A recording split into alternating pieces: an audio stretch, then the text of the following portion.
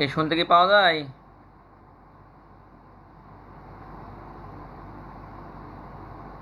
হুম।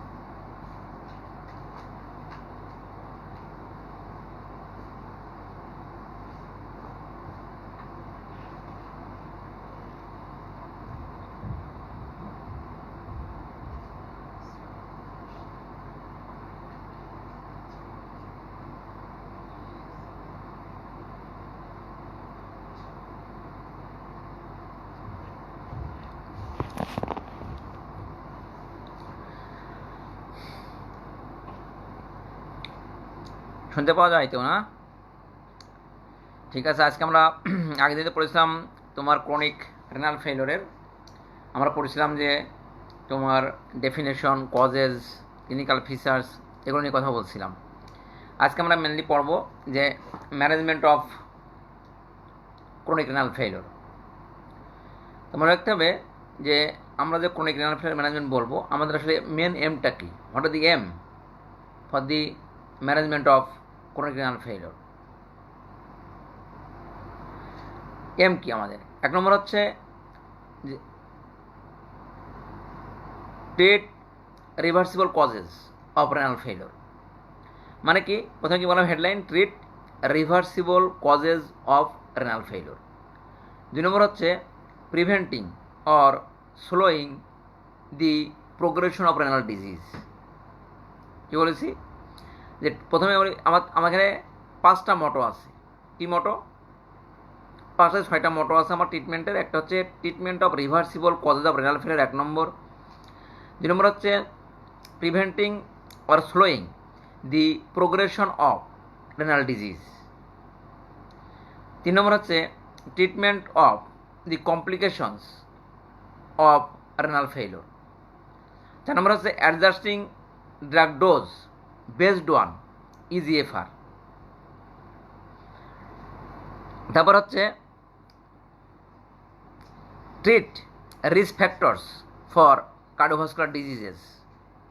আর লাস্টে হচ্ছে identification and adequate preparation of the patient for renal replacement therapy. তাহলে আমি কী বলেছি, what are the aim of the management of a patient with chronic renal failure. 1 number হচ্ছে treatment of reversible factors of renal failure 1। 2 number হচ্ছে preventing or slowing the progression of renal disease. তারপর হচ্ছে treatment of the complications of renal failure. তারপর হচ্ছে adjusting the drug dose based on eGFR. তারপর হচ্ছে identification and, তারপর বলছিল না, তারপর বলছে risk identification and treatment of risk factors for cardiovascular diseases. আর লাস্ট হচ্ছে identification and adequate preparation of the patient for renal replacement therapy. এখন আমি বলি যে প্রথম আমি এখন যে 5টা হেডলাইন বললাম, 5-6টা হেডলাইন বললাম যে treatment of reversible causes of renal failure, preventing or slowing the progression of renal disease, treatment of the complications of renal failure, adjusting drug dose based on eGFR, identification and adequate preparation of the patient for renal replacement therapy. আর আরেকটা বলেছিলাম যে treat risk factors for cardiovascular diseases. প্রথম headline যদি শুরু করি যে reversible causes of renal failure মানে কি, এটা রিভার্সিবল রেনাল ফেইলর মানে কি? দেখা যাচ্ছে আমি তোমাকে যদি বলি যে একটা পেশেন্ট আমাদের কিডনির ক্রিয়েটিনিন ছিল মনে করো 1.9, হঠাৎ করে দেখা গেল আমার ক্রিয়েটিনিন হয়ে গেছে 2.4, এই যে বেড়ে গেল। তার মানে কি, তার কোনো একটা অ্যাকুট ইনসাল্ট হয়েছে on the background of chronic kidney disease, ফলে তার ক্রিয়েটিন হঠাৎ করে বেড়ে যাইতে পারে।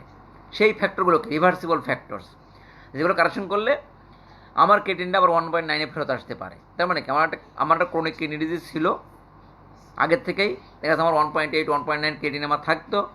এখন এমন কোন একটা ইনসাল্ট হয়েছে রিভার্স, যেটা আমার ক্রিয়েটিনকে বাড়ায় 1.9 থেকে বাড়ায় 2.3 2.4 2.5 এমন করে দিয়েছে। তাহলে আমার কী করতে হবে, ওই রিভার্সিবল ফ্যাক্টরগুলোকে কিন্তু আমার কারেকশন করতে হবে। তাহলে what are the reversible factors that may worsen renal failure, তাহলে সেগুলো কারেকশন করতে হবে। যেমন কি একটা হচ্ছে যেমন ডিক্রিজ রেনাল পারফিউশন, কোনো কারণে যদি আমার হাইপোভলিমিয়া হয় তাহলে কী হবে, রেনাল পারফিউশন কমবে, ক্রিয়েটিন বেড়ে যাবে।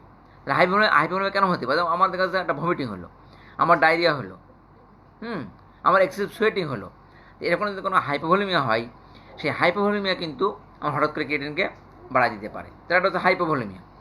একটা কোনো কারণে আমার হাইপোটেনশন হয়ে গেল, hypotension that may increase my creatine. আমি যদি হাইপোটেনশনটাকে কারেকশন করতে পারি তাহলে আবার ক্রিয়েটিন আমার আগের অবস্থায় ব্যাক করবে, রিভার্সিবল। তারপর there are some drugs that may worsen renal function like NSAID এবং AC ইনহিবিটর, এগুলো কিন্তু হঠাৎ করে আমার রেনাল ফাংশনকে বাড়াই দিতে পারে, রেনাল ক্রিয়েটিনকে বাড়াই দিতে পারে। ফলে কী হবে, এগুলো আমি উইথড্র করে ফেলি, আবার আমার ক্রিয়েটিন কামব্যাকস টু নর্মাল।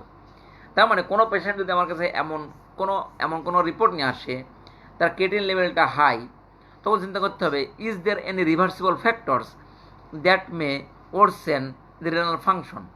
সেই রিভার্সিবল ফ্যাক্টরগুলো কী হতে পারে, যেমন আমি এখন আলোচনা করতে, তার মধ্যে একটা হচ্ছে ডিক্রিজ রেনাল পারফিউশন, সেটা কী হতে পারে, যেমন হাইপোভলিমিয়া, হাইপোটেনশন এবং নেফ্রোটক্সিক।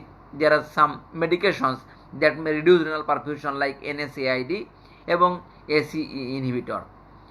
এবার আসো, এটা গেলে একটা হচ্ছে যে ডিক্রিজ রেনাল পারফিউশন, একটা হেডলাইনে গেল।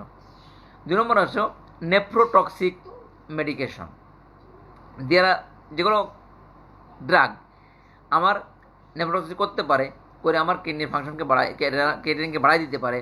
সেই নেফ্রোটক্সিক মেডিকেশনগুলো হচ্ছে যেমন NSAID, অ্যামিনোগ্লাইকোসাইড এবং সাম রেডিওগ্রাফিক কন্ট্রাস্ট মিডিয়া। কী বলেছি, NSAID হতে পারে, অ্যামিনোগ্লাইকোসাইড যেমন জেন্টামাইসিন, সিসপ্লাটিন, আরটা কি বলেছি রেডিওগ্রাফিক কন্ট্রাস্ট মিডিয়া। এগুলো কী করতে পারে, আমার রেনাল ফাংশনকে ক্রিয়েটিনকে বাড়াই দিতে পারে। আবার দেখো there are some urinary tract obstruction that may also worsen renal function in case of elderly male. Benign enlargement of the prostate is so much common that causing urinary tract obstruction. তাহলে একটা হচ্ছে urinary obstruction হতে পারে BEP, in case of female হতে পারে prolapse uterus, হতে পারে renal stone, এগুলো সব হতে পারে ইউরিনারি ট্র্যাক্ট অবস্ট্রাকশন করতে পারে এবং মে ওরসেন রেনাল ফাংশন। তাহলে আমি যে কথা বলি যে দেয়ার আর, আমি প্রথম হেডলাইনটা বললাম যে reversible factors that may worsen renal function, এগুলোকে আমার কারেকশন করতে হবে।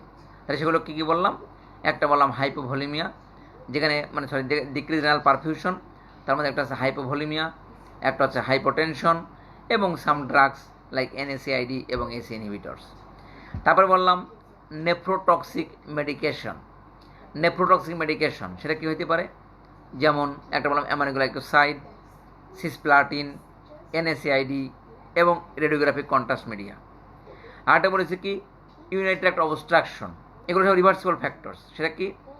সেটা কী কারণ হতে পারে, যেমন benign enlargement of the prostate, prolapse uterus in case of female, renal stone and other so many causes that may cause renal obstruction, also causing worsening of the renal function. তারপর আসো, আমি সেকেন্ড টাইম বলছিলাম preventing or slowing the progression of chronic kidney disease. আমি যদি বলি যে আসলে কি ট্রিটমেন্ট বলছে preventing or slowing the progression of renal disease, আমি কোন পর্যন্ত বলেছিলাম যে প্রোগ্রেশন করতে পারবো, কোন পর্যন্ত বলেছিলাম, আমি বলেছিলাম যে এটা আমি পারবো কোন পর্যন্ত, যে স্টেজ 3B পর্যন্ত এটা আমরা হল্ট করতে পারি বা স্লো করতে পারি প্রোগ্রেশনকে, কিন্তু এর পরে গেলে কিন্তু আর আমাদের উপায় থাকে না, আলটিমেটলি দে কি enter into the end stage kidney disease, ESRD, end stage renal disease. তার মানে কি আমরা 3B পর্যন্ত রেখে আমরা প্রোগ্রেশনটাকে হল্ট করতে পারি। তাহলে আমি যদি বলি যে second headline, preventing or slowing the progression of renal disease, তাহলে আমরা কী কী কাজ করতে হবে? তারপরে আমার 3B পর্যন্ত ম্যানেজমেন্ট, এটা সেটা কী হবে? সেটা হতে পারে একটা, আমি বলি যে সেটা হতে পারে যে প্রথমে বলি যে রেগুলার এক্সারসাইজ। 2 নম্বর আমি যদি বলি যে কী হবে, গুড কন্ট্রোল অফ হাইপারটেনশন। তারপর আমি কি বলি যে কন্ট্রোল অফ ডায়াবেটিস মেলাইটাস। তারপরে কি control of dyslipidemia and avoidance of smoking. এইগুলো হচ্ছে আমার যে এইগুলো যদি কন্ট্রোল করতে পারি তাহলে হয়ে আমি তার প্রোগ্রেশনটাকে স্লো করতে পারি বা হল্ট করতে পারি। ঠিক আছে, আমি কি বললাম যে স্লোয়িং দি প্রোগ্রেশন আর halt the progression of chronic kidney disease. তাই প্রথমে বললাম, দেখো ম্যানেজমেন্টে প্রথমে বললাম যে কন্ট্রোল অফ হাইপারটেনশন। তবে এখানে একটা কথা বলতে হবে, যদি প্রোটিনিউরিক সিকেরি হয় তাহলে control of proteinuria, control of diabetes mellitus, তারপরে কন্ট্রোল অফ লিপিড প্রোফাইল, তারপরে স্মোকিং সিজেশন এবং রেগুলার এক্সারসাইজ। এখন আমি তোমাকে বলবো যে আমরা সবাই জানি যে ডায়াবেটিসের কী, আমার ম্যানেজমেন্ট ডায়াবেটিসের কী। আমি বলবো হাইপারটেনশন। মনে রাখতে হবে, ইন কেস অফ হাইপারটেনশন অনেকে মনে করে যে একটা পেশেন্টের ক্রনিক কিডনি ডিজিজ হয়েছে তাহলে তার এসি ইনহিবিটর বা এআরবি দিব না, কারণ এটা কী করতে পারে, আমার ক্রিয়েটিনকে বাড়াই দিতে পারে। তো মনে রাখতে হবে, যদি এটা প্রোটিনিউরিক সিকেডি হয়, হাইপারটেনশন আছে, প্রোটিনিউরিয়া আছে, patient having CKD, chronic kidney disease, তা মনে রাখতে হবে in case of proteinuric CKD AC inhibitor or ARB is the choice of drug in case of as a anti hypertensive therapy. কেন? কারণ যদি আমার প্রোটিনিউরিয়া আমি না কমাইতে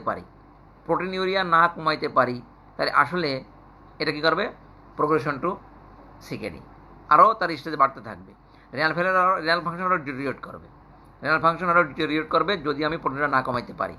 তো মনে রাখতে হবে যে আমার অ্যান্টি প্রোটিনিউরিক ড্রাগ আছে কি, এসি ইনহিবিটর এআরবি, সেটা দুটো কন্ট্রোলই করবে, এটা হাইপারটেনশন কন্ট্রোল করবে, আবার আমার অন্যদিকে আমার প্রোটিনিউরিয়া কন্ট্রোল করবে। তাহলে আমার কি choice of drug in case of proteinuric CKD is always first choice is AC inhibitor or ARB. মনে রাখতে হবে, যখন আমি একটা পেশেন্টের এসি ইনহিবিটর দেবো বা এআরবি দেবো, দিনই মনে করতে হবে যে আমার দুটো ঘটনা ঘটতে পারে। একটা হচ্ছে ডিটোরিয়েশন অফ রেনাল ফাংশন হতে পারে এক, আরেকটা হতে পারে কি পেশেন্টের হাইপারক্যালেমিয়া ডেভেলপ করতে পারে। কী হতে পারে, এসি ইনহিবিটর বা এআরবি দিলে কী হতে পারে, দুটো ঘটনা ঘটতে পারে। একটা হচ্ছে আমার রেনাল ফাংশন ডিটোরিয়েট করতে পারে, একটা হচ্ছে হাইপারক্যালেমিয়া ডেভেলপ করতে পারে। তো আমার কী করতে হবে, এই জন্য monitor renal function after 7 days আমি কী করবো, তার রেনাল ফাংশনকে মনিটরিং করবো। যদি দেখি তার রেনাল ক্রিয়েটিনিন 25% থেকে 30% ইনক্রিজ করে গেছে, 25 থেকে 30%, তাহলে এর থেকে বেশি ইনক্রিজ করে গেছে বেসলাইন থেকে, তাহলে আমাকে কী করতে হবে, এসি ইনহিবিটর বা এআরবিকে আমার স্টপ করে দিতে হবে। আর যদি এর থেকে বেশি না বাড়ে তাহলে continue ACE inhibitor or ARB একটা। তাহলে আমি বললাম যে মনিটর রেনাল ফাংশন 7 days কখন করবো, আমি বলি when you monitor renal function after commencing ACE inhibitor ARB therapy. তো মনে রাখতে হবে 7 days after starting of ACE inhibitor ARB and when you will increase the dose of ACE inhibitor ARB. তুমি প্রথমে শুরু করলে দেখলে না তার ক্রিয়েটিনিন বাড়েনি, কিন্তু কখনো যদি তুমি তার ডোজ বাড়াইতে চাও তাহলে ডোজ বাড়ানোর পরে কিন্তু 7 থেকে 10 দিন পরে আবার তার ক্রিয়েটিনিনগুলো দেখতে হবে যে ডোজ বাড়ানোর কারণে তার রেনাল ফাংশন ডিটোরিয়েট করলো কিনা। ক্লিয়ার? তাহলে হাইপারটেনশনের সঙ্গে বললাম। এবার আসো হঠাৎ টার্গেট ব্লাড প্রেশার। যদি একটা পেশেন্টের বলা হয়, যেমন করে একটা পেশেন্টের আগের থেকে ভুলে গেছি, তোমার অ্যাজর মনে রাখো যে target blood pressure is less than 140/90 millimeter mercury, mercury if there is no proteinuria. ঠিক আছে, কিন্তু বলা হচ্ছে যে কোনো ক্ষেত্রে বলা হচ্ছে যদি প্রোটিনিউরিয়া থেকে থাকে, পেশেন্ট যদি ইয়াং হয়, ঠিক আছে, যদি আমি মিনিমামে তা কন্ট্রোল করতে পারি তাহলে আমার টার্গেট ব্লাড প্রেশার আছে লেস দ্যান 130/80। ঠিক আছে, কিন্তু এখন যেটাই হোক না কেন তার ডায়াবেটিস থাকুক, তার রেনাল ইমপ্যায়ারমেন্ট থাকুক, প্রোটিন থাকুক, তুমি যদি বলো যে আমার target blood pressure is less than 140/90, তাহলে ভুল হবে না। টার্গেট ব্লাড প্রেশার, তাহলে আমি বললাম যে ফলোয়িং দি রেট অফ প্রোগ্রেশনের মধ্যে আমি বললাম ব্লাড প্রেশারের কথাটা বেশি বললাম, যে কন্ট্রোল অফ হাইপার টেনশন, সেটা আমি কী করবো, সেটা আমি কীভাবে করবো, সেটা আমি করবো বাই কি ACE inhibitor or ARB, ACE inhibitor or ARB, সেটা আমার দুটো কাজ দেবে, একটা হচ্ছে প্রোটিনটাও কমাবে, একটা হচ্ছে হাইপার টেনশন কন্ট্রোল করবে। কীভাবে মনিটরিং করবো সেটা বললাম, যে আপনার থেরাপি দেওয়ার পরে স্টার্ট করার পরে 7 দিন পরে আমরা রেনাল ফাংশন দেখবো। যদি ক্রিয়েটিন বেসলাইন থেকে 30% বেশি বেড়ে যায় তাহলে স্টপ এস ইনহিবিটর এআরবি, আর যদি বাড়ে কিন্তু লেস দ্যান 30% তাহলে continue S inhibitor or ARB. Target blood pressure is less than 140/80 millimetre mercury. এখন আসো যে ব্লাড প্রেশার আমাকে বললাম, এরপর আমি বলেছিলাম যে control of protein urea, control of protein urea একটা আমি বলেছিলাম, সেটা কিন্তু আগেও বলে দিয়েছি যে প্রোটিন ইউরিক সিকেডি যদি হয় আর তুমি যদি প্রোটিন ইউরিয়াকে কন্ট্রোল করতে না পারো তাহলে এটা কিন্তু ডিটোরিয়েট করবে রেনাল ফাংশন। তো এই প্রোটিন কন্ট্রোল করার ড্রাগ কি, এস ইনহিবিটর আর ARB, ACE inhibitor or ARB. মনে রাখতে হবে কোনো পেশেন্টের যদি ডায়াবেটিস সিকেডি সাথে প্রোটিন ইউরিয়া আছে মনে করো, তাহলে সেক্ষেত্রে অবশ্যই choice of drug is, in case of diabetes যদি থাকে, যে SGLT2 ইনহিবিটর। কী বলেছি, মনে করেন পেশেন্ট ডিকেড মানে ডায়াবেটিসের কারণে তার সিকেডি হয়েছে এবং তার প্রোটিন ইউরিয়া এখন কন্টিনিউয়াস আছে, তাহলে সেক্ষেত্রে choice of anti diabetic drug is SGLT2 inhibitor. কারণ কি, ইট অলসো এর ইফেক্ট আছে on prevention of proteinuria. কারণ কি, it also acts a anti proteinuric drug. SGLT2 inhibitor তোমাকে আগেই বলেছি, সেটা কী কী আছে, empagliflozin, canagliflozin and dapagliflozin, empagliflozin, canagliflozin and dapagliflozin. এবং এখন এটাও বলা হয় যে SGLT2 ইনহিবিটর ইজ অলসো রেনোপ্রোটেক্টিভ, বলা হয় কি রেনোপ্রোটেক্টিভ। তাহলে এটা বললাম প্রোটিন ইউরিয়া। আর ডায়াবেটিস তো এবারে আমি বলেছিলাম যে ওয়েট ম্যানেজমেন্ট অফ এক্সারসাইজ করতে হবে, smoking situation, diabetes control, hyper tension control, protein urea control এবং ডিসলিপিডিমিয়া কন্ট্রোল। এগুলো হচ্ছে এইভাবে কন্ট্রোল করতে পারবো যে আমি preventing or slowing the rate of progression of chronic kidney disease.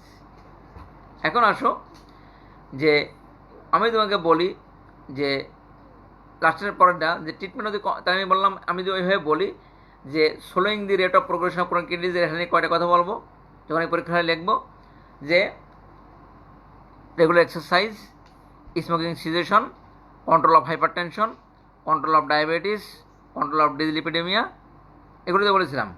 তাহলে এগুলো হচ্ছে আমার, এগুলো যদি আমি ঠিকমতো কন্ট্রোল করতে পারি তাহলে আমি স্লো করতে পারবো দি প্রোগ্রেশন অফ কিডনি ডিজিজ। এখন আসো যে আমি পড়বো যে treatment of complications, treatment of complications of chronic kidney disease. এখন প্রথমে আমি বলি যে আমার কিডনি ডিজিজের কী কমপ্লিকেশন হতে পারে সেটা যদি আমি জানতে পারি তাহলে আমি তো ম্যানেজমেন্ট বলতে পারবো কী কমপ্লিকেশন হতে পারে। আমি ওরকমভাবে যদি হেডলাইন বলি, একটা লেখো ফ্লুইড অ্যান্ড ইলেকট্রোলাইট ব্যালেন্স, আমি বলি যে ট্রিটমেন্ট, ওই 3 নম্বর হেডলাইন, প্রথমে 3 নম্বর 5-6টা হেডলাইন বলেছিলাম, তার মধ্যে একটা ছিল কি treatment of the complication of renal failure. তার মধ্যে জানতে হবে আমার রেনাল ফেইলিওর কী কমপ্লিকেশন হতে পারে, সেটা কী। সেই কমপ্লিকেশনের মধ্যে প্রথমে লেখো যে fluid and electrolyte balance, fluid and electrolyte balance. তাই এটা আমরা একটা ওভারলোড হতে পারে, ইলেকট্রোলাইট ইমব্যালেন্স হতে পারে, একটা হেডলাইন। 2 নম্বরে তুমি লেখো যে acid base balance, acid base balance. তারপরে লেখো রেনাল বোন ডিজিজ, রেনাল বোন ডিজিজ। তারপরে লেখো যে অ্যানিমিয়া, রেনাল বোন ডিজিজের পরে লেখো অ্যানিমিয়া। এখন এরপরে লেখো যে treatment increase risk for cardiovascular disease, increase risk for cardiovascular disease, লিখেছ? এই তাহলে এখন যদি আমরা বলি যে প্রথমে আসো যে আমরা বলবো যে ফ্লুইড অ্যান্ড ইলেকট্রোলাইট ব্যালেন্স। মনে রাখতে হবে জিনকার কোন kidney disease there is chance of fluid overload. Chance of কি? ফ্লুইড ওভারলোড হওয়ার চান্স আছে। 2 নম্বর কী হতে পারে? তোমরা জানি যে পেশেন্টের হাইপারক্যালেমিয়া হতে পারে। তাহলে কী কী সমস্যা হতে পারে সেটা বলছে। এটা হচ্ছে ফ্লুইড ওভারলোড। 2 নম্বর লেখো হাইপোন্যাট্রিমিয়া। 3 নম্বর লেখো হাইপারক্যালেমিয়া। কী বলেছি? ফ্লুইড ওভারলোড হতে পারে, হাইপোন্যাট্রিমিয়া হতে পারে এবং হাইপারক্যালেমিয়া হতে পারে। তাহলে আমরা সবাই জানি যে ফ্লুইড ওভারলোড যদি হয় তাহলে আমরা কী করবো? এনি পেশেন্ট আমি ফ্লুইড ওভারলোড কী দেবো? Diuretic therapy. ডায়োরেটিক থেরাপি হবে কি? লুপ ডায়োরেটিস। চয়েস অফ ড্রাগ কি? লুপ ডায়োরেটিস। মানে কি? লুপ ডায়োরেটিস। এখন লুপ ডায়োরেটিস কাজ না হয় কোনো কোনো ক্ষেত্রে উই মে অ্যাড থাইরয়েড ডায়োরেটিস। কী করতে পারি? থাইরয়েড ডায়োরেটিসকে অ্যাড করতে পারি। তাহলে এটা কোনো ফ্লুইড ওভারলোড যদি হয় কোনো কারণে আমার ডায়োরেটিস অ্যাড করতে হবে। এখন মনে একটা পেশেন্টের হাইপারক্যালেমিয়া হয়েছে, তাই management of hyperkalaemia. Management of hyperkalaemia. এখন দেখো যেসব হাইপারক্যালেমিয়ার যে কারণ আছে সেগুলো আমরা জানতে হবে। কী কারণ? মনে করো এই ইনকেস অফ সিকেডি হাইপারক্যালেমিয়া। মনে করো তুমি একটা পেশেন্টের এই পেশেন্ট এসি লিমিটার বা এআরবি পাই, তাতে হাইপারক্যালেমিয়া বাড়বে। দেখা যায় কোনো পেশেন্ট পটাশিয়াম স্পেরিং ডায়োরেটিস পাচ্ছে, স্পাইরোল্যাকটোন, তাহলে তার হাইপারক্যালেমিয়া হবে। তাহলে আমি যদি ম্যানেজমেন্ট অফ হাইপারক্যালেমিয়া, সেখানে প্রথমেই দেখতে হবে যে actually have to avoid the drugs that may cause hyperkalemia in CKD like ACE inhibitor অবলিক এআরবি। 2 নম্বর হচ্ছে স্পাইরোল্যাকটোন। এবং আমরা যদি হাইপারক্যালেমিয়া ম্যানেজমেন্ট বলি, what are the other measures for treatment of hyperkalemia, সেটা তোমরা লিখে দিতে পারো। যে if the patient having hyperkalemia how will treat. আমরা যদি সেই ইলেকট্রোলাইটের ঘটনা থেকে জানি যে দেখো আমার পেশেন্ট একটা হাইপারক্যালেমিয়া বডিতে, তাহলে আমি যদি এমন করি যে আমার বডিতে আমি কোনো আর পটাশিয়ামকে অ্যাবজর্ব হতে দিব না, পটাশিয়াম কন্টেনিং ডায়েট খাবো না, যদি খেয়েও ফেলি গাট থেকে এটা অ্যাবজর্পশন হবে না, যদি আমি রক্তে চলেও যাই আমি এটাকে সেলের মধ্যে ঢুকাই দেবো, আর যদি সেলের মধ্যে ঢুকাতে নাও পারি এটা আমি বডি থেকে বের করে দেবো। কতটা ক্লিয়ার কিনা? তাহলে ম্যানেজমেন্ট অফ হাইপারক্যালেমিয়া আমি এভাবে চিন্তা করি যে how will manage a patient with hyperkalaemia. তাহলে আমি এভাবে চিন্তা করি যে আমি পটাশিয়াম কন্টেন্ট ডায়েট কম খাবো, যদি খেয়েও ফেলি আমি গাট থেকে পটাশিয়ামকে অ্যাবজর্পশন হতে দিব না, যদি অ্যাবজর্পশন হয়েও যাই রক্ত চলেও যাই অ্যাবজর্পশন হয়ে আমি পটাশিয়ামকে সেলের মধ্যে ঢুকাই দিব, ঢুকাইতে পারলাম না আমি বডি থেকে বের করে দিব। এটা হচ্ছে এইভাবে আমি পটাশিয়ামকে বডিতে কমাইতে পারি। তোমরা যদি অন্য জায়গায় বলছি এটা শুধু সিকেডি না, যদি কখনও পরীক্ষা আসে ম্যানেজমেন্ট অফ হাইপারক্যালেমিয়া, তাহলে আগে এটা এভাবে লিখবা চিন্তা করে করে। তাহলে আমি প্রথমে লিখবো রিডিউসিং পটাশিয়াম কন্টেনিং ডায়েট, এটা খাবে না। 2 নম্বরে লিখবা যে ফার্স্ট যে আমি ওষুধটা দেবো সেটা হচ্ছে to stabilize the lysosomal membrane. তোমরা সবাই জানো সেটা কি? To stabilize the lysosomal membrane, সেটা কি? তাহলে আমি কিন্তু calcium gluconate, calcium injection calcium gluconate 10 ml 10% IV slowly stat. Injection calcium gluconate 10 ml 10% IV slowly stat. এই গেল। 2 নম্বরে কী করবো? ধরো আমি এখন এটা আমি আমার হার্টের মেমব্রেনকে স্টেবিলাইজ করে ফেললাম। এখন আমাদের এটা করতে হবে যে আমি ক্যালসিয়াম কন্টেন্ট ডায়েট কম খেলাম, ক্যালসিয়াম খেয়ে ফেলেছি কিন্তু ক্যালসিয়ামকে অ্যাবজর্পশন হতে দিব না। তাহলে কী হতে হবে? Calcium resonium, calcium resonium that reduces the absorption of potassium from the gut. তাহলে ইউজ কী করবো? Calcium resonium. এখন করলাম কিন্তু পটাশিয়ামের মধ্যে ঢুকে গেছে, তাহলে আমি পটাশিয়ামকে সেলের মধ্যে ঢুকাই দিব। কীভাবে ঢুকাবো? আমরা সবাই জানি যে বেটা টু অ্যাগনিস্ট এটা কী করে?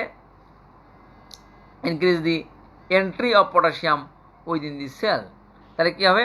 সেজন্য আমরা দেখো যে আমরা দিই নেবুলাইজড সালবিউটামল। আমরা সবাই জানি যে সালবিউটামল হচ্ছে বেটা two against.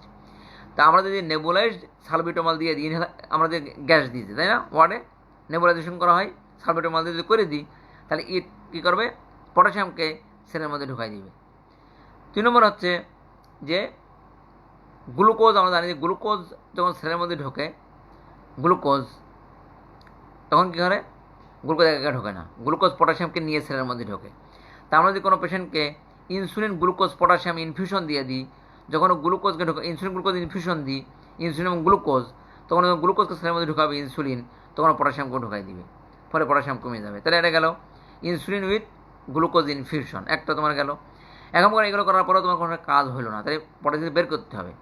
In that case you can use diuretics that may increase the excretion of potassium from the cell. আরেকটা হতে পারে কি? আরেকটা হতে পারে লাস্টে কোনো কিছুতে কাজ হচ্ছে না, তখন তুমি করতে পারো ডায়ালাইসিস। আমি অন্যভাবে চলে গেলাম।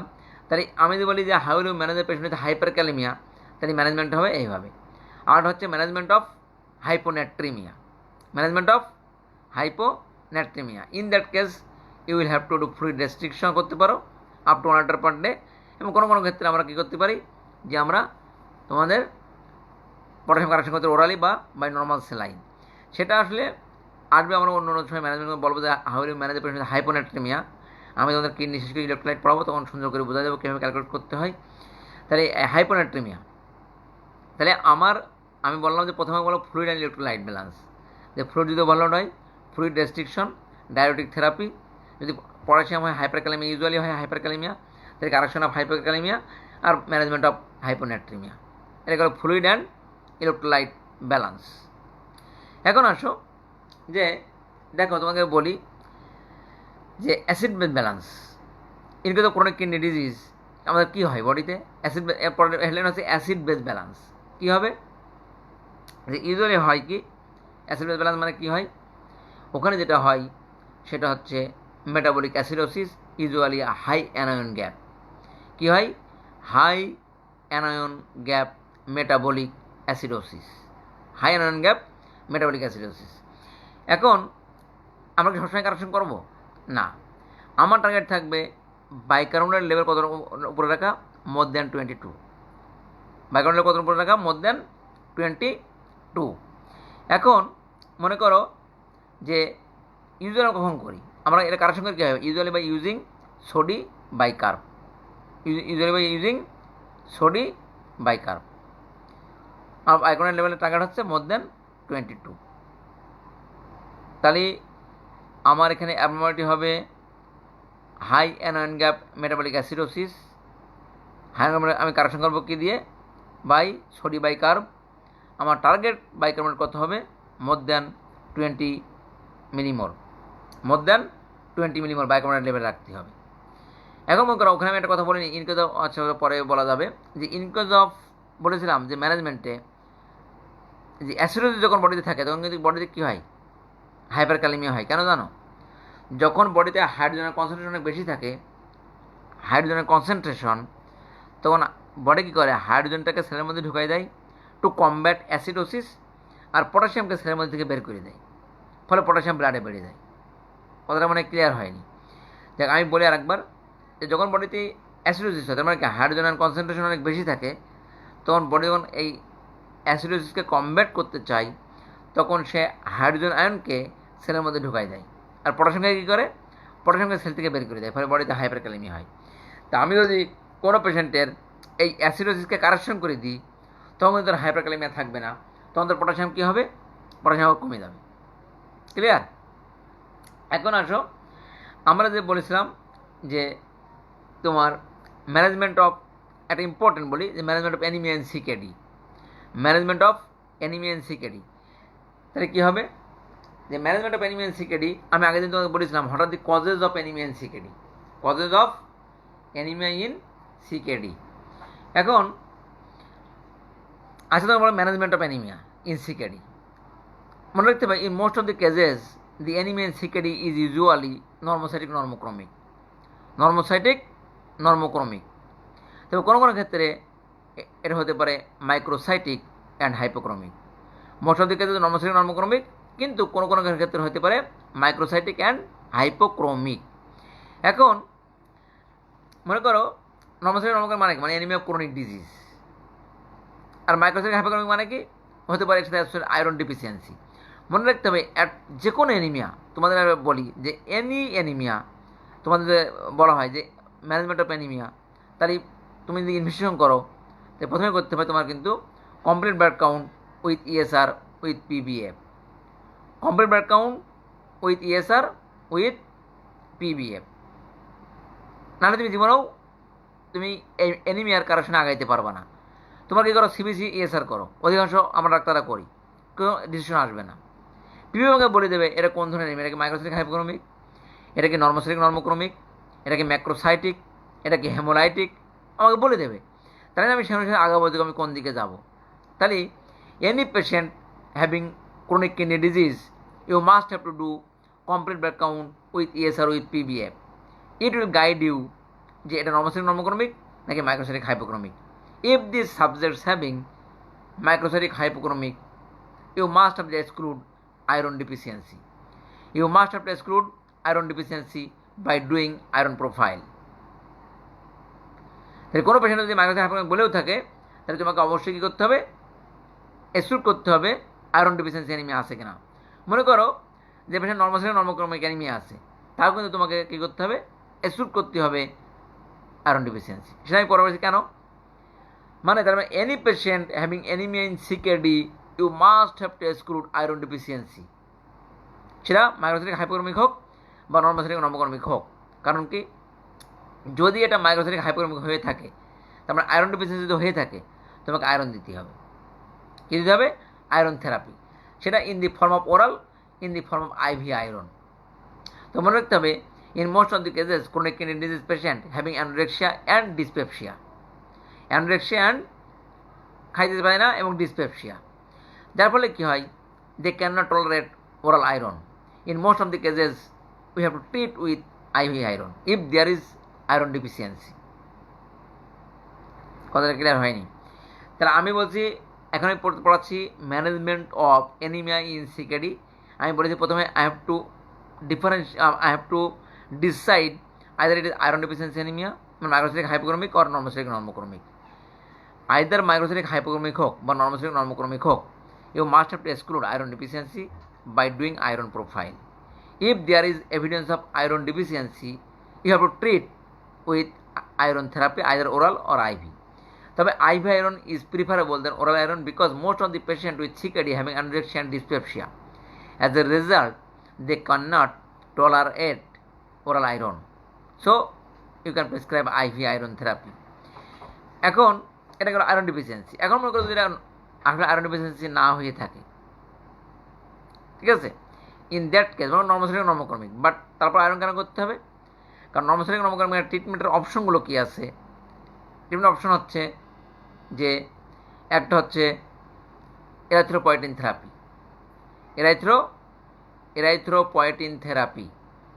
মনে করতে হবে এরাইথ্রোপয়েটিন থেরাপি দেওয়ার আগে অবশ্যই আয়রন করে নিতে হয়। এই কারণে যদি আয়রন ডেফিসিয়েন্সি থেকে থাকে তাহলে এরাইথ্রোপয়েটিন কোনো কাজ করতে পারবে না। কী করতে হবে? কাজ করতে পারবে না, সেজন্য আমাকে করে নিতে হবে।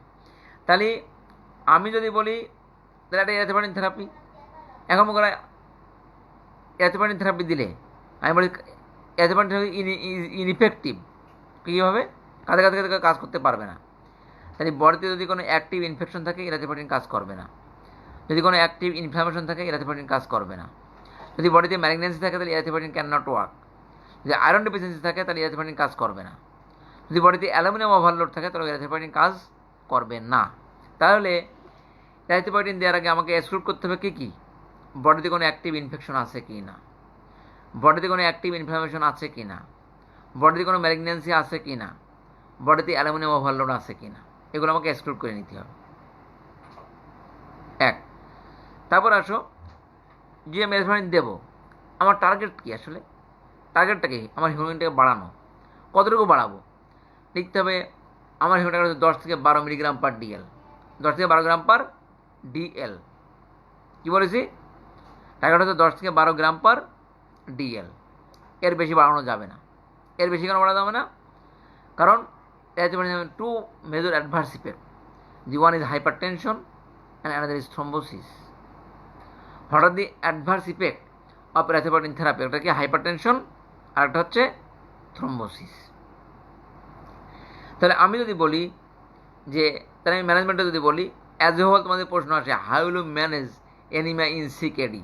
তাহলে প্রথমে লিখবা যে at first I have to decide about the type of anaemia, either is microcytic hypochromic or normocytic normochromic. If it is microcytic hypochromic, or we will do iron profile. If there is iron deficiency, we will correct iron by either oral or IV iron therapy. IV iron is preferable because most of the cases of patient with chronic kidney disease cannot tolerate oral iron therapy. ঠিক আছে? তারপর তুমি লিখবা if there is normal anemia and patient having normal iron profile, in that case we will treat by erythropoietin therapy. Before giving erythropoietin therapy, we must have to exclude any iron deficiency, any active infection, active inflammation and malignancy, and also iron overload, aluminium overload. তারপর বলতে হবে যে এরপরে আদার options কী হতে পারে। এর anaemia আছে, কোনো অপশনই নেই আমার হাতে, ব্লাড ট্রান্সফিউশন দিতে পারবো না, পারবো তো, তাহলে blood transfusion is also A option for management of anaemia in CKD. একটা পেশেন্টের মনে করো আমি কী করলাম যে ওকে রেনাল রিপ্লেসমেন্ট থেরাপি দিলাম, মানে কি রেনাল ট্রান্সপ্লান্টেশন করে দিলাম, তারা অ্যানিমিয়া কারেকশন হবে না। একটা পেশেন্ট অ্যানিমিয়া আছে, এখন আমি তার কিডনি ট্রান্সপ্লান্ট করলাম, ওই কিডনি এসে তো ইরাইথ্রোপয়েটিন তৈরি করা শুরু করবে, ফলে তার তো ইরাইথ্রোপয়েটিস হবে, তাহলে সেক্ষেত্রে কিন্তু আমরা কী করতে পারবো, সেক্ষেত্রে কিন্তু আমরা একটা ট্রিটমেন্ট অপশন যে রেনাল ট্রান্সপ্লান্টেশন। তাহলে আমি ট্রিটমেন্ট অপশন কি, একটা হচ্ছে আয়রন থেরাপি, একটা হচ্ছে কি 2 নম্বর হচ্ছে ইরাইথ্রোপয়েটিন থেরাপি, একটা হচ্ছে ব্লাড ট্রান্সফিউশন, একটা হচ্ছে renal transplantation. This are the option for the correction of anaemia in CKD. ঠিক আছে, এরপর আসো আমরা যা পড়বো রেনাল বোন ডিজিজ। কী পড়বো, রেনাল বোন ডিজিজ। এখন রেনাল বোন ডিজিজের মধ্যে আমরা যেটা তোমার পড়বো যে আসলে রেনাল বোন ডিজিজটা কেন হয়, কেন হয়। আমরা যদিও এর মধ্যে অনেক জটিল ব্যাখ্যা আছে, আমি সহজভাবে বলি। মনে করো প্যারাথাইরয়েড হরমোনের কাজটা কি, হঠাৎ ফাংশন অফ প্যারাথাইরয়েড হরমোন যে ক্যালসিয়ামকে ধরা এবং ফসফেটকে বের করে দেওয়া। কী কাজ, যে ক্যালসিয়ামকে ধরা আর ফসফেটকে বের করে দেওয়া। এখন এই প্যারাথাইরয়েড হরমোনটা কাজ করে কোথায়, কাজ করে কিডনিতে। কিডনিতে সে কী করে, সে ক্যালসিয়ামকে ধরে আর ফসফেটকে বের করে দেয়। এখন যদি প্যারাথাইরয়েড হরমোন কিডনিতে কোনো কাজ না করতে পারে, যদি আমার কিডনি ডিজিজ আছে, তাহলে কী হবে, ক্যালসিয়ামকে সে ধরতে পারবে না আর ফসফেটকে বের করতে পারবে না, তাহলে কী হবে, বডিতে হবে হাইপোক্যালসিমিয়া অ্যান্ড হাইপার ফসফেটেমিয়া। কী হবে, হাইপোক্যালসিমিয়া অ্যান্ড হাইপার ফসফেটেমিয়া। কেন, কারণ পিটিএইচ ঠিকমতো ওই রেনাল টিউবুলসে কাজ করতে পারতেছে না, ফলে কী হবে, সে ক্যালসিয়ামকে ধরতে পারবে না, ফলে ক্যালসিয়াম কিডনিতে বের হয়ে যাবে, আর ফসফেটকে বের করে দেওয়ার কথা সে বের করতে পারবে না, ফসফেট বডিতে অ্যাকুমুলেট হবে, ফলে যে ঘটনা ঘটবে hypocalcaemia and hyperphosphataemia. This hyperphosphatemia is a potent stimulus for PTH secretion. সে PTH সিক্রেশনকে স্টিমুলেশন করবে, ফলে কী হবে, PTH সিক্রেশন হতেই থাকবে। এই যে PTH বেড়ে গেল, PTH সিক্রেশনটা বেড়ে গেল ডিউ টু হাই ফসফেট, এই কন্ডিশনকে বলা হয় সেকেন্ডারি হাইপারপ্যারাথাইরয়েডিজম। সেকেন্ডারি হাইপারপ্যারাথাইরয়েডিজম। এখন এই প্যারাথাইরয়েড হরমোন এসে কী করবে, প্যারাথাইরয়েড হরমোন কী করবে, ও কী করবে, পিটিএসের কাজ কী, ইট মোবিলাইজেস দি calcium from the bone to increase blood calcium level. কী করবে, ও বোন থেকে ক্যালসিয়ামকে মোবিলাইজ করবে, ফলে বোনসের মধ্যে তো ক্যালসিয়াম থাকবে না, আলটিমেটলি বোনসের কী হবে, কয়েকটা বোন ডিজিজ হবে। তার মধ্যে কি, the most important characteristics of secondary hyperparathyroidism is, লেখো, একটা হচ্ছে কি, অস্টাইটিস ফাইব্রোসা সিস্টিকা, অস্টাইটিস ফাইব্রোসা সিস্টিকা, অস্টাইটিস ফাইব্রোসা সিস্টিকা। ঠিক আছে, সেখানে আসে তারপর আর কী হবে, অস্টোমেলাসিয়া, অস্টিওপোরোসিস অ্যান্ড অস্টিওস্ক্লেরোসিস। তাহলে কী বললাম, একটা হচ্ছে অস্টাইটিস ফাইব্রোসা সিস্টিকা, অস্টিওপোরোসিস, অস্টিওস্ক্লেরোসিস অ্যান্ড অস্টিওমেলাসিয়া। এই চারটাকে একসাথে বলা হয় রেনাল অস্টিওডিস্ট্রফি। এটাকে কী বলা হয় একসাথে, রেনাল অস্টিওডিস্ট্রফি। তাহলে আমি যদি তোমাকে প্রশ্ন করি যে রেনাল অস্টিওডিস্ট্রফিতে, হোয়াট ইজ রেনাল অস্টিওডিস্ট্রফি, তুমি বলো এটা কি, রেনাল বলা হচ্ছে আমার কি কী কী ডিজিজ নিয়ে, তুমি বলবো যে অস্টাইটিস ফাইব্রোসা সিস্টিকা, অস্টিওপোরোসিস, অস্টিওমেলাসিয়া অ্যান্ড অস্টিওস্ক্লেরোসিস। এই চারটাকে বলা হয় রেনাল অস্টিওডিস্ট্রফি।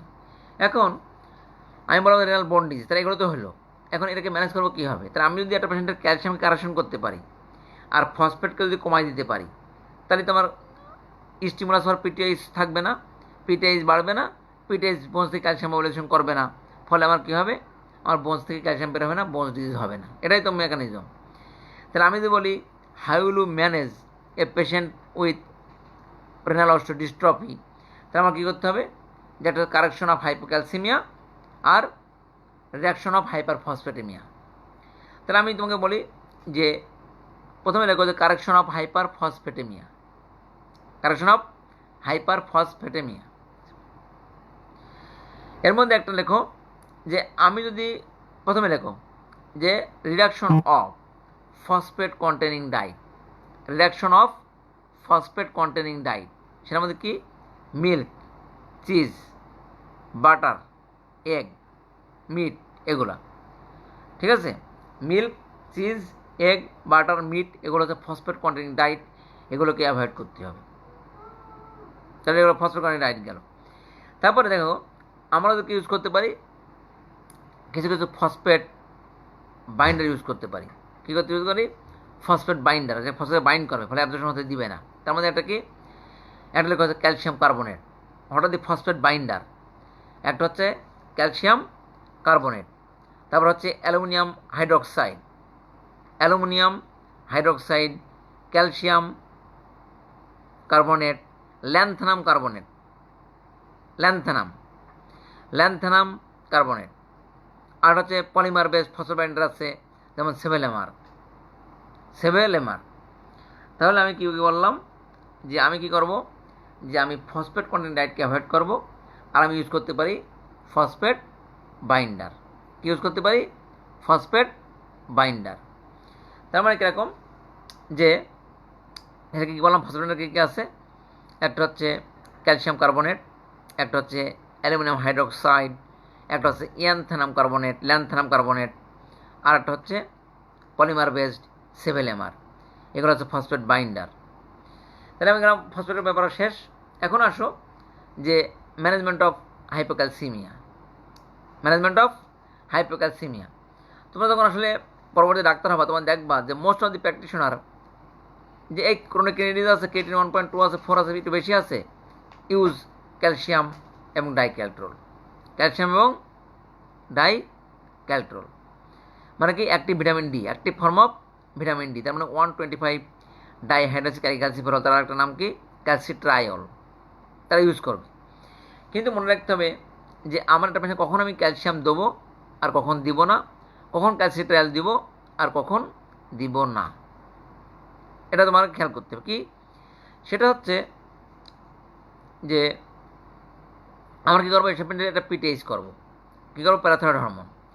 যদি দেখা যায় তার প্যারাথাইরয়েড হরমোন মোর than 2 times upper limit normal, তাহলে বুঝতে হবে আমার এই পিটিএইচকে সাপ্রেস করতে হবে, নাহলে তার বংশের অবস্থা আরও খারাপ হবে। কি কখন তাহলে আমরা ইউজ করবো ক্যালসিয়াম এবং ডাইক্যালট্রল, কখন ইউজ করবো ডাইক্যালট্রল তোমরা দেও, আসলে ক্যালসিট্রায়ল। কি কখন ইউজ করবো, যখন PTH more than 2 times upper limit normal. কারণ কেন ইউজ করবো, টু সাপ্রেস পিটিএইচ, তাই তো। তাহলে আমরা কী করবো, ক্যালসিয়াম এবং active form of vitamin D, তাই ক্যালসিট্রায়ল, ঠিক আছে, এই দুটো ইউজ করবো। এখন আমার টার্গেট কী, এই যে পিটিএইচ আমি ইউজ করলাম 2 গুণের বেশি বাড়ার পরে, পিটিএইচ 2 টাইমস আপার লিমিট নর্মাল হওয়ার পরে আমি ইউজ করলাম। এখন আমার পিটিএইচ টার্গেট কত, মনে তো target PTH is 2 to 4 times upper limit normal, 2 to 4 times, এই রেঞ্জে রাখতে হবে by using calcium and dicaltrol. এখন মনে করতে হবে যে এগুলো দেওয়ার পরেও কোনো কোনো ক্ষেত্রে কী হয়, আমরা কিন্তু কী করতে পারি না, আমরা কোনো কোনো ক্ষেত্রে কিন্তু কন্ট্রোল করতে পারি না, যে পিটিএইচ কন্ট্রোল করা যাচ্ছে না। সেখানে আমরা একটা জিনিস ইউজ করতে পারি, সেটাকে বলা হয় ক্যালসিমাইমেটিক এজেন্ট সিনাক্যালসেট।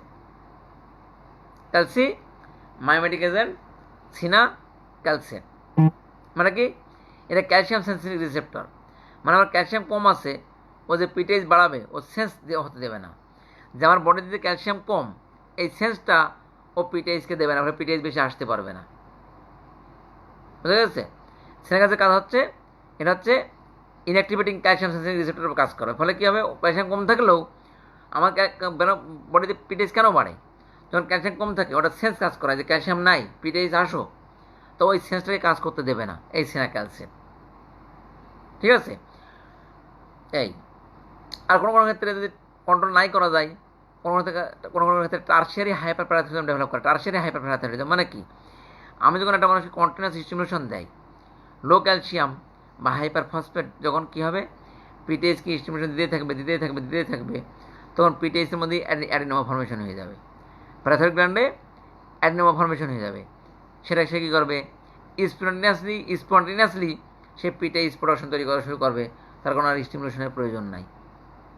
হাইপোক্যালসিয়ামে থাকুক আর হাইপারফসফেট যাই থাকুক না কেন, সেটা সে দেখবে না, সে স্পন্টেনিয়াসলি সে পিটিএইচ প্রোডাকশন শুরু করে দেবে। এই যে অ্যাডিনো ফর্মেশন হয়ে গেল, এটাকে তখন বলা হয় tertiary hyperparathyroidism. In that case you will say অনেক সময় প্যারাথাইরয়েডেক্টমি করা লাগে। তাহলে আমি যদি বলি how will you manage a patient with renal osteodystrophy, তাহলে তো মনে হতে প্রথমে লিখবা যে রেনাল অস্টিওডিস্ট্রফি কী কী জিনিস, অস্টিওডিস ফাইব্রোসা, অস্টিওপোরোসিস, অস্টিওস্ক্লেরোসিস। তারপরে লিখবা এটা কেন হয়। আমি বলেছিলাম যে ম্যানেজমেন্ট কী করতে হবে, যে ক্যালসিয়াম কারেকশন করতে হবে, হাইপোক্যালসিমিয়া এবং হাইপারফসফেটেমিয়া। হাইপারফসফেটেমিয়া কীভাবে কারেকশন করবো, তখন লিখতে হবে যে আমি avoidance of phosphate containing diet, milk, cheese, egg, butter এগুলা। তারপরে লিখবা যে phosphate binder, calcium carbonate, aluminium hydroxide, lanthanum carbonate, আর হচ্ছে পলিমার বেসড সেভেলেমার। এগুলো হচ্ছে phosphate binder. Management of hypocalcaemia by calcium and calcitriol, এখন কি কখন দিব, when PTH more than 2 times upper limit normal. What is the target PTH, এটা হচ্ছে 2 to 4 times upper limit normal. ঠিক আছে। ইফ দেয়ার ইজ কন্ট্রোল না হয়, তোমরা ইউজ করি ক্যালসিমাইমেটিক এজেন্ট ইউজ করতে পারি, calcimimetic agent cinacalcet. If there is development of tertiary hyperparathyroidism, parathyroidectomy may be an option. এখন তাহলে তোমার বললাম রেনাল বোন ডিজিজ পড়ানো হয়ে গেল। তাহলে আমার মোটামুটি ম্যানেজমেন্ট অফ সিকেডির যে treatment of the complication renal failure কিন্তু শেষ। এবার আমরা পড়ব যে management of other cardiovascular risk factors. এখন আমি যদি বলি যে কী কার্ডিওভাস্কুলার রিস্ক ফ্যাক্টর আছে, মনে করো যে একটা সিকেডি পেশেন্টের কী হয়, একটা হাইপার টেনশন হয়, তাই না। আমি বলি হাইপার টেনশন আছে, তাহলে তার কী হবে, লেফট ভেন্ট্রিকুলার হাইপারট্রফি হতে পারে, লেফট ভেন্ট্রিকুলার ফেলিওর হয়ে যেতে পারে। তাহলে সেক্ষেত্রে আমার ম্যানেজমেন্ট অফ হাইপার টেনশন একটা গেল। যেমন বলেছিলাম যে এই পেশেন্টের ডিসলিপিডেমিয়া হয়, তার ডিসলিপিডেমিয়া কারোর সঙ্গে গেল বাই স্ট্যাটিন থেরাপি। মনে রাখতে হবে যে পেশেন্টের হাইপার ফসফেটেমিয়া হয়, তাহলে সেক্ষেত্রে কী হবে, তার চান্স অফ সে কী রিলিজ করবে, সেখানে তোমার chance of vascular calcification myocardial vessels কী হতে পারে, there is conduction defects, valvular dysfunction, এগুলো হতে পারে। তাহলে আমার কারেকশন করতে হবে হাইপার ফসফেটেমিয়া। তার মানে আমি যদি বলি যে আসলে যে আদার যে কার্ডিওভাস্কুলার রিস্ক ফ্যাক্টর আছে সেটা কারেকশন করা, সেটা কী রিস্ক ফ্যাক্টর, আগের মতনই কথা আসলে, যে স্মোকিং সিচুয়েশন করা, অ্যালকোহল থাকলে অ্যাবস্টিনেন্স করা, তার হাইপারটেনশনকে কন্ট্রোল করা, তার ডায়াবেটিসকে কন্ট্রোল করা, তার ফসফেট বানাবাড়িকে কন্ট্রোল করা, আলটিমেটলি এগুলো আমার কারেকশন করতে হবে যদি কোনো কিছু থেকে থাকে। আর লাস্টে আমি তোমাকে বলতেছি যে prepare the patient for renal replacement therapy. আসলে যদি কোনো পেশেন্টের মনে হয় যে আমার রেনাল রিপ্লেসমেন্ট থেরাপি লাগবে, সেই পেশেন্টকে আমার আসলে শুরু করতে হবে প্রিপারেশন অ্যাটলিস্ট 1 year, 1 বছর আগে শুরু করতে হবে। কতদিনে শুরু করতে হবে, অ্যাটলিস্ট 1 year আগে। কারণ কি, কারণ হচ্ছে যে আমার কী কী জিনিস আসলে তাদের করতে হবে। একটা হচ্ছে যে তাদের সাথে আমার ডিসিশন নিতে হবে যে সে কি রেনাল রিপ্লেসমেন্ট থেরাপি নেবে নাকি রেনাল রিপ্লেসমেন্ট থেরাপি নেবে না, সে কনজারভেটিভ ট্রিটমেন্টে থাকবে। যদি সে রেনাল রিপ্লেসমেন্ট থেরাপি নিতে চায়, তাহলে সে কী করবে, সে কি ডায়ালাইসিস নেবে নাকি সে রেনাল ট্রান্সপ্লান্টেশন করবে। যদি সে ডায়ালাইসিস নিতে চায় তাহলে সে কোনটা নেবে, সে কি হেমোডায়ালাইসিস নেবে নাকি সে পেরিটোনিয়াল ডায়ালাইসিস নেবে। তাহলে পেশেন্ট এটা আগে থেকে তাকে আমার পেশেন্টের সাথে কথা বলতে হবে প্রিপারেশন করার জন্য, যে রেনাল রিপ্লেসমেন্ট থেরাপি যে আপনাকে দিব, আপনার নিতে হতে পারে, তাহলে আপনি কী চয়েস করেন, আপনি নেবেন না নাকি আপনি কনজারভেটিভ ট্রিটমেন্টে থাকবেন। যদি রেনাল রিপ্লেসমেন্ট থেরাপি নেন তাহলে আপনি কী নেবেন, আপনি ডায়ালাইসিস নেবেন নাকি রেনাল ট্রান্সপ্লান্টেশন করবেন। ডায়ালাইসিস নিলে কোনটা নেবেন, হেমোডায়ালাইসিস নেবেন নাকি আপনি কি পেরিটোনিয়াল ডায়ালাইসিস নেবেন। এছাড়া আরও কী আছে, যে মনে রাখতে হবে যে প্রত্যেকটা পেশেন্টের কিন্তু একটা সোশ্যাল এবং psychological support, is very much important in this case. কী করতে হবে? সোশ্যাল এবং psychological support is very much important. তারপরে কি, তাদের কী করতে হবে? আমার হোম সার্কামস্টান্সেস অ্যাসেস করতে হবে, ঠিক আছে? হোম সার্কামস্টান্স, এখন একটা পেশেন্ট আর্থিক অবস্থা একেবারেই খারাপ, সে তো পারবে না, তাহলে আমার হোম সার্কামস্টান্স অ্যাসেস করতে হবে এবং তার সাথে ডিসকাশন করতে হবে যে আপনি এটা পারবেন কি পারবেন না। এটা একটা মাল্টিডিসিপ্লিনারি অ্যাপ্রোচ, ঠিক আছে? তাহলে রিলেটিভের সাথে কথা বলতে হবে, তাই না? তাহলে এগুলো তোমার এই প্রিপারেশনটা শুরু করতে হবে অ্যাটলিস্ট 1 ইয়ার বিফোর, 1 ইয়ার আগে থেকে শুরু করতে পারে। রিপ্লেসমেন্ট থেরাপি শুরু হতে পারে এই চিন্তা করে 1 বছর আগে থেকে কাউন্সিলিং করতে হবে, প্রিপেয়ার করতে পেশেন্টকে যে আপনার রেনাল রিপ্লেসমেন্ট থেরাপির জন্য প্রিপেয়ার করতে হবে 1 বছর আগের থেকে। তার সোশ্যাল সাইকোলজিক্যাল সাপোর্ট দিতে হবে, তার হরমোন সমস্যা অ্যাসেস করতে হবে, পেশেন্টের মধ্যে রিলেটিভের কথা বলতে হবে, যেরকম লাগতে পারে আপনার কোনটা নেবেন, কোনটা করবেন, কোনটা চান, এগুলো আমার 1 বছর আগের থেকেই এটা শুরু করতে হবে। তবে মনে করতে হবে যে most of the cases dialysis কখন required, when eGFR less than 10 ml per minute per 1.73 square metre body surface area. তাহলে কি, কখন আমার রেনাল রিপ্লেসমেন্ট থেরাপি ইউজুয়ালি প্রয়োজন? When eGFR is less than 10।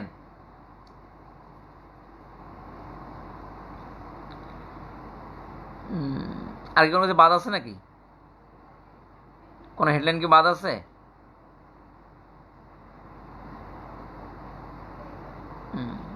আমরা তো ম্যানেজমেন্টরা বলেই ফেলছি। তাহলে আমি যদি তোমাদেরকে শর্টে 5 মিনিট একটু সামারাইজ করি, তাহলে এমন হয় যে আমি বলছিলাম আগে পড়ালাম management of chronic kidney disease. তাহলে প্রথমে বললাম যে আমি 5টা শর্টের হেডলাইনে তোমাদেরকে পড়াইছি যে treatment of reversible causes of renal failure, preventing or slowing the progression of renal disease, treatment of the complications of renal failure, তারপরে adjusting the drug dose related to eGFR, identification of other cardiovascular risk factors and their management, identification and adequate preparation for the patient for renal replacement therapy. এখন তাই যদি বলি, আমি হঠাৎ reversible factors প্রথমে বলেছিলাম যে patient if decrease renal perfusion like hypovolaemia, hypotension, drugs that causing decrease renal perfusion like NSAID এবং ACE inhibitor, nephrotoxic medications like aminoglycoside, NSAID এবং রেডিওগ্রাফিক কন্ট্রাস্ট মিডিয়া। আর বলেছিলাম urinary tract obstruction like BP, train prolapse, stone, এগুলো।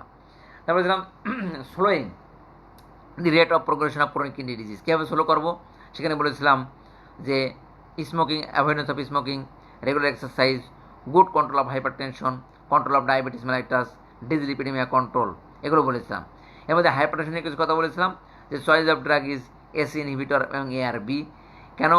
কারণ এটা বলেছিলাম কীভাবে follow up করবো। আফটার কমেন্সিং শুরু করার পরে 7 দিন পরে আমরা তাকে রেনাল ফাংশন টেস্ট করবো। যদি 30% উপর ক্রিয়েটিনিন বেড়ে যায় আমরা এটাকে অমিট করে দেবো। যদি লেস দেন বাড়ে কিন্তু লেস দেন 30% তাহলে continue ACE inhibitor ARB। It also acts as a antiproteinuric drug, এগুলো বলেছিলাম। এরপরে বলছিলাম যে তোমার কি রেট অফ প্রোগ্রেশন বললাম, তাই না? এরপর আমি বলছিলাম যে treatment of the complication of renal failure, সেখানে বলেছিলাম যে fluid overload and electrolyte imbalance. Fluid overload হলে কী করতে পারি? ফ্লুইড রেস্ট্রিকশন করতে পারি, ডায়াবেটিক থেরাপি দিতে পারি। প্রথমে লুপ ডায়াবেটিস, কারণ হলে থাইরয়েড ডায়াবেটিস দিতে পারি। তারপর বলেছিলাম correction usually most common electrolyte abnormalities hyponatraemia and hyperkalaemia. সেখানে আমরা বলেছিলাম যে কারেকশন অফ হাইপারক্যালেমিয়া কীভাবে করবো এবং কারেকশন অফ হাইপোনাট্রিমিয়া আমরা কীভাবে করবো। তারপর আমি বলেছিলাম যে অ্যাসিড বেস ব্যালেন্স ইউজুয়ালি কী করতে হবে, এখানে হয় normal high anionic metabolic acidosis. আমার এখানে যদি বেশি অ্যাসিডোসিস হয়ে থাকে, আমার টার্গেট বাইকার্বনেট লেভেল হচ্ছে মোর দ্যান 22, আমি কারেকশন করে কী হবে? Usually by soda bicarb. এরপর আমি বলেছিলাম যে কারেকশন অফ অ্যানিমিয়া কীভাবে কারেকশন করবো। আমি এটাকে বলেছিলাম যে আমরা প্রথমে টাইপ অফ অ্যানিমিয়াকে ইভ্যালুয়েট করবো, আইদার মাইক্রোসেরিক হাইপোক্রমিক অথবা নর্মোসেরিক নর্মোক্রমিক। যদি যাইটাই হোক না কেন আমরা আয়রন প্রোফাইল করবো। If there is iron deficiency আমি কারেকশন অফ আয়রন করবো বাই ওরাল অথবা IV, preferable is IV iron therapy. এখন তারপর বলেছিলাম যে এটা কারেকশন করার পর আমরা কী করবো, যে এসব পেশেন্টের ইরাথ্রোপয়েটিন থেরাপি দেওয়া লাগতে পারে। Erythropoietin therapy is ineffective in the presence of active inflammation, septic infection, iron deficiency এবং ম্যালিগন্যান্সি। ইরাথ্রোপয়েটিন থেরাপি দিয়ে আমার টার্গেট কত? ব্লাড হিমোগ্লোবিন লেভেল 10 থেকে 12। এটা অ্যাডভার্স ইফেক্ট কি? হাইপার টেনশন এবং থ্রম্বোসিস। তারপরে আদার কী কী অপশন আছে? ব্লাড ট্রান্সফিউশন এবং renal transplantation is other option for the treatment of anaemia. তারপর রয়েছে রেনাল বোন ডিজিজ, এটা কী কী আছে? রেনাল অস্টিওডিস্ট্রফি, তার মধ্যে আছে কী কী? যে অস্টাইটিস ফাইব্রোসা, অস্টিওপোরোসিস, অস্টিওস্ক্লেরোসিস এবং তোমার অস্টিওম্যালাসিয়া। এগুলো কীভাবে কারেকশন করবো? এটাকে বলে renal osteodystrophy correction by correction of hyperphosphataemia এবং কারেকশন অফ হাইপোক্যালসিমিয়া। হাইপোক্যালসিমিয়া কীভাবে কারেকশন করবো? বাই গিভিং ক্যালসিয়াম এবং ক্যালসিট্রায়ল বা ডাইক্যালট্রোল, তোমরা যাই বলো না কেন। এটা কীভাবে, এটা কী করতে হবে? আমার কখন দিব? When PTH is more than 2 times upper limit normal এবং টার্গেট পিটিআই হচ্ছে 2 to 4 times upper limit normal. Correction of hyperphosphataemia কীভাবে করবো? Avoidance of phosphate containing diet. তারপরে বলেছিলাম যে ফসফেট বাইন্ডার, সে ফসফেট বাইন্ডার কী আছে? Milk, cheese, egg, butter, meat এগুলো। আর হোয়াট ইজ ফসফেট বাইন্ডার? এটা হচ্ছে calcium carbonate, aluminium hydroxide, lanthanum carbonate এবং পলিমার বেস হচ্ছে সেভেলেমার। এটা বলেছিলাম কোনো কোনো কাজ যদি না হয় তার মধ্যে দিতে পারি ক্যালসিয়াম মাইমেটিক এজেন্ট ইউজ করতে পারি, তার নাম হচ্ছে সিনাক্যালসেট। এবং কোনো কোনো ক্ষেত্রে যদি টার্সিয়ারি হাইপারপ্যারাথাইরয়েডিজম ডেভেলপ করে তাহলে সেক্ষেত্রে parathyroidectomy is also is an option. তারপরে লাস্টে বলেছিলাম যে management of other cardiovascular, identification of other cardiovascular risk factors এবং দেয়ার ম্যানেজমেন্ট। এটা তো আগেই বলে ফেলেছি, কার্ডিওভাস্কুলার সবই আমাদের cardiovascular risk factor. Issuing situation করতে হবে, পেশেন্টের ডায়াবেটিস কন্ট্রোল করতে হবে, হাইপারটেনশন কন্ট্রোল করতে হবে, পেশেন্টের কোনো কার্ডিয়াক আগে থেকে যদি কার্ডিয়াক আদার রিস্ক ফ্যাক্টর থেকে থাকে সেটা কন্ট্রোল করতে হবে। তারপরে preparation the patient for renal replacement therapy. Usually renal start করতে কখন? When eGFR is less than 10 ml per minute per 1.73 square metre of body surface area. এখানে কী কী করতে হবে? পেশেন্টের সাথে কাউন্সিলিং করতে হবে, পেশেন্টের সোশ্যাল এবং সাইকোলজিক্যাল সাপোর্ট, কনসালটেশন যদি রিলেটিভস, সে কী চাই, কনজারভেটিভ নাকি রেনাল রিপ্লেসমেন্ট, রেনাল রিপ্লেসমেন্ট তাহলে চাইলে সে কোনটা চাই, হেমোনা পেরিটোনিয়াল ডায়ালিসিস নাকি রেনাল ট্রান্সপ্লান্টেশন, এগুলো কথা বলতে হবে।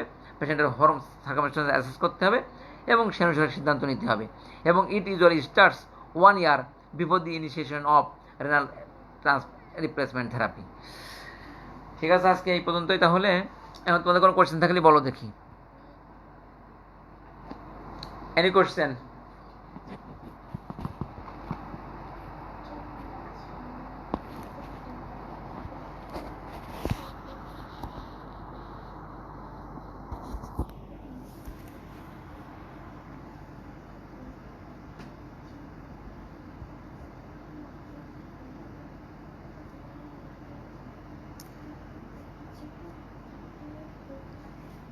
কোনো কোয়েশ্চেন আছে?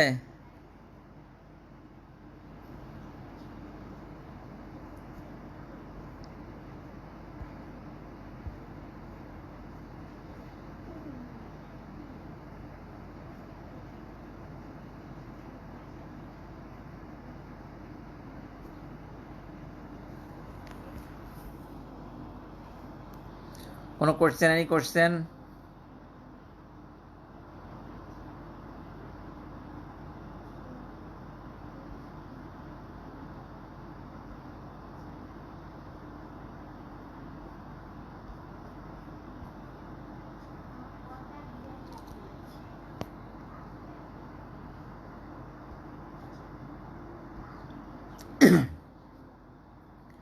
কোনো কোয়েশ্চেন কি আছে?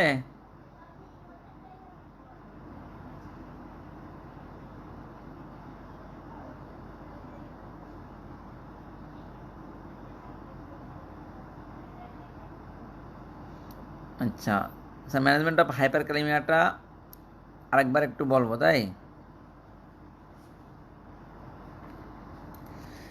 আচ্ছা, যদি পেশেন্টের আমি বলি যে হাইপারক্যালেমিয়ার ম্যানেজমেন্ট, আমি বলি যে কোনো কারণে আমি অ্যাজ হোল যদি বলি হাইপারক্যালেমিয়ার ম্যানেজমেন্ট আসলে কী।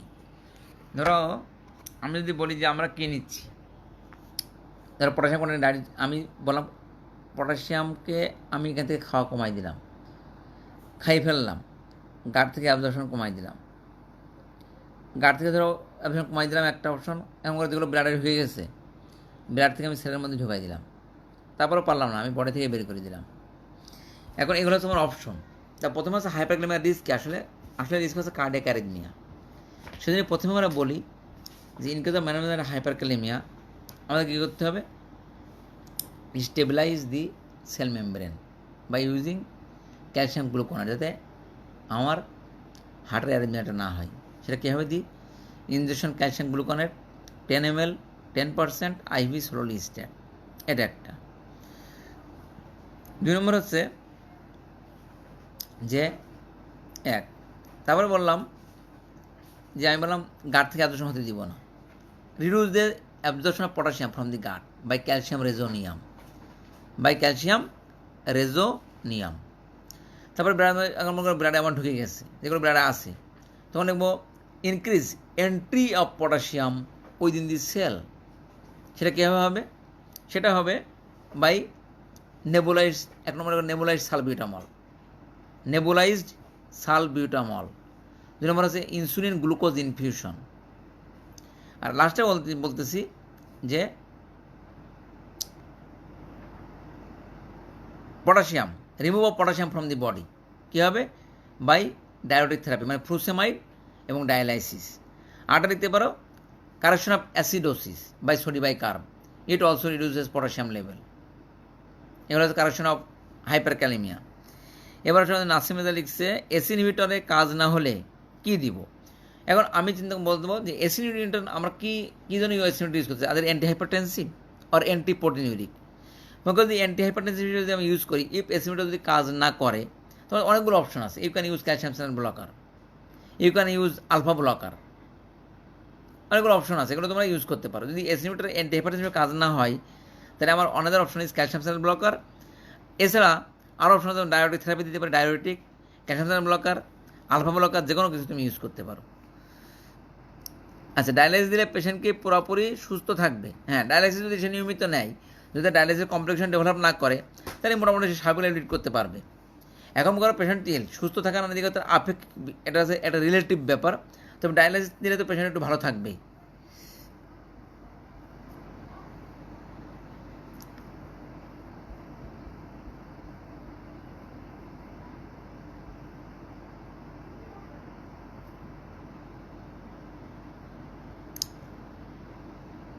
আর কোশ্চেন?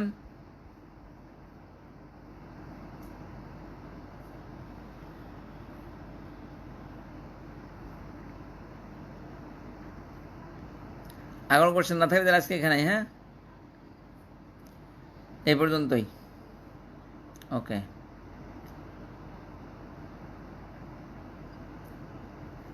Thank you. তোমরা তো কষ্ট করে ক্লাস করতেছো, তোমাদেরকে ধন্যবাদ। হ্যাঁ।